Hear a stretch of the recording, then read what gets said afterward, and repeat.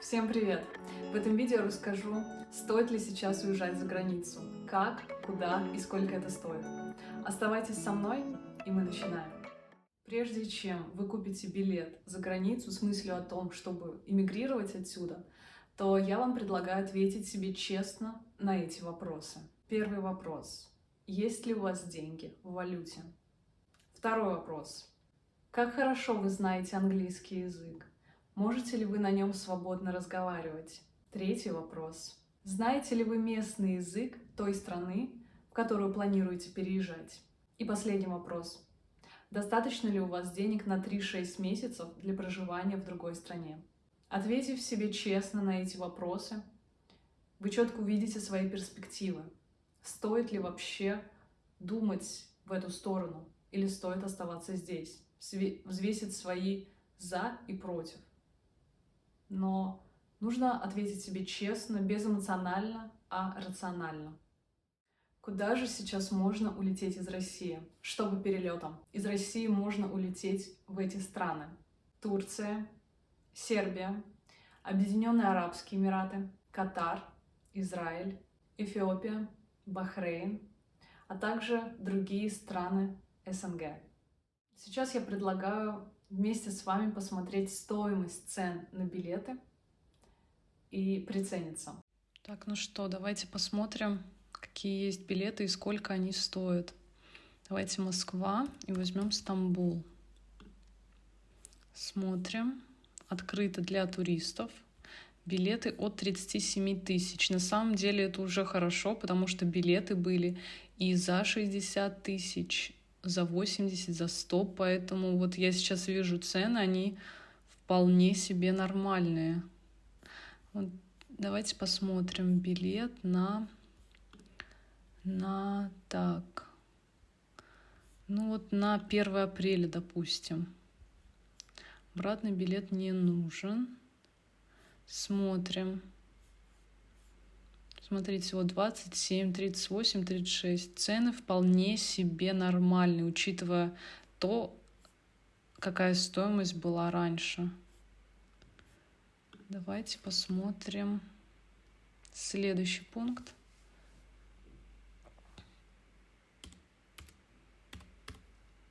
Давайте посмотрим Дубай. Вот такие вот цены, без пересадок 60. Ну, средняя цена 60. Вот пересадка. Давайте посмотрим конкретно.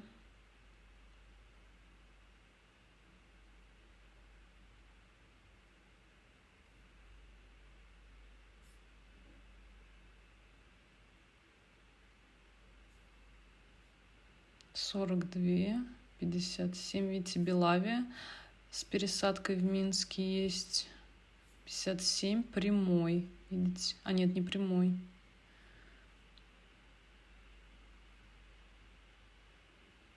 Угу. Вот есть прямой, 57. Так что кому нужно, вот такие цены. Давайте посмотрим Израиль, мне интересно.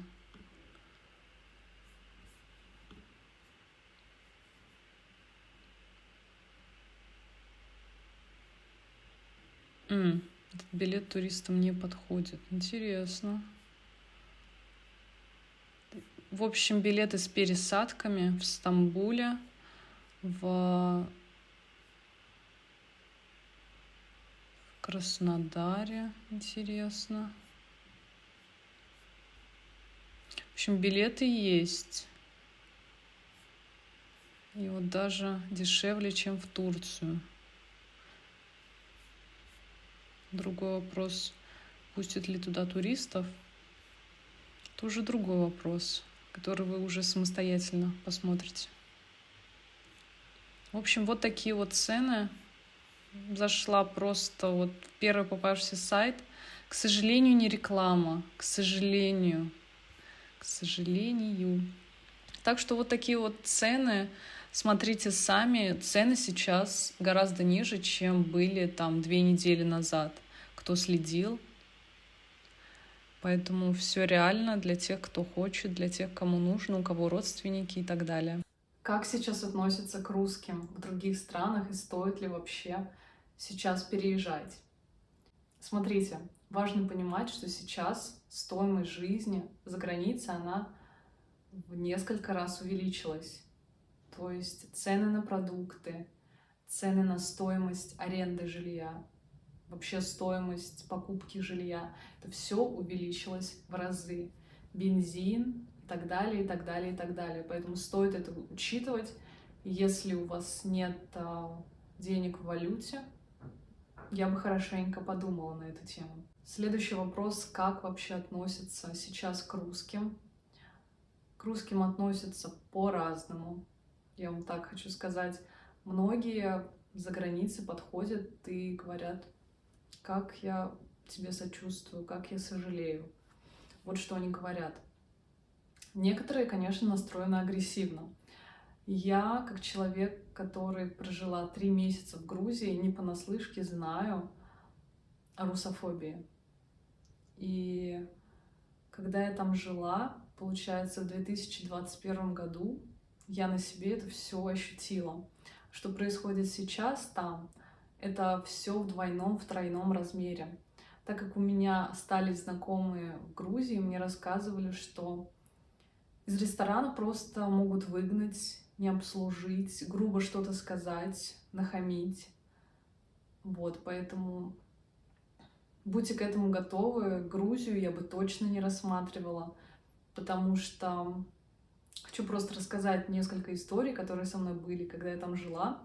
Напомню, в 2021 году. Была такая история, я пришла на конную прогулку с инструктором.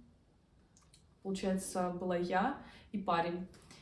И начал меня спрашивать, откуда я и так далее, знакомиться. Я просто хотела покататься на лошадях. Я ничего больше не хотела разговаривать. Я хотела именно побыть вот в живой природе, общаться с животными. А он, этот инструктор, начал мне вот про политику все, про политику, чтобы меня как-то вклинуть в этот разговор. Я, конечно, сопротивлялась, не шла, но, к сожалению, меня все-таки в это вклинили, и мне пришлось как-то отмахиваться, понимаете? Вот даже, казалось бы, ты приходишь за услугой, а вот к тебе такое отношение.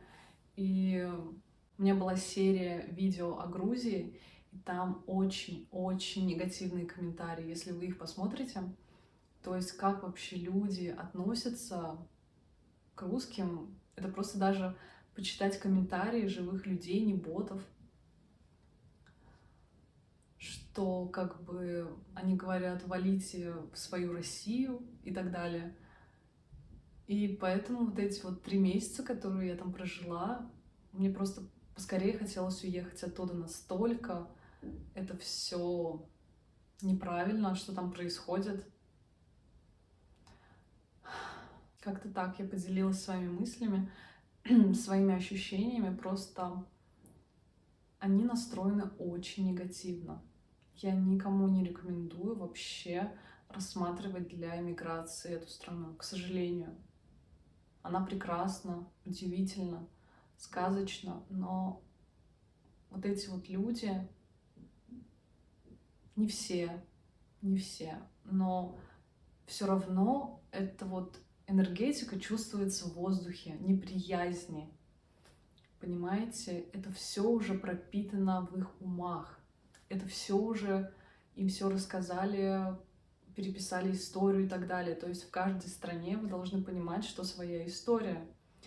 Потому что я разговаривала, допустим, с американцами, что у них пишут в учебниках истории, это совсем другие истории. Понимаете, даже история о Великой Отечественной войне, у них написано, что это как бы они, понимаете, не мы. Вот. Поэтому вы учитываете эти все факторы. Что по поводу ситуации в Европе? В Европе уже, конечно, есть такое понятие, как буллинг. в школах, в институтах такое есть, такое присутствует. Есть некоторые люди, которые почему-то это делают.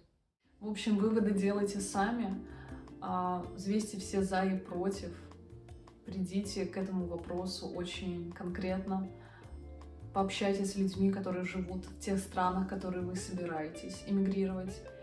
И, пожалуйста, включайте именно вот этот вот холодный разум, именно рациональный, не на эмоциях куда-то уезжать, а взвесить все за и против. Поэтому я желаю вам успехов, пусть в вашем сердце процветает добро, любовь и взаимопонимание. Я вас люблю, целую.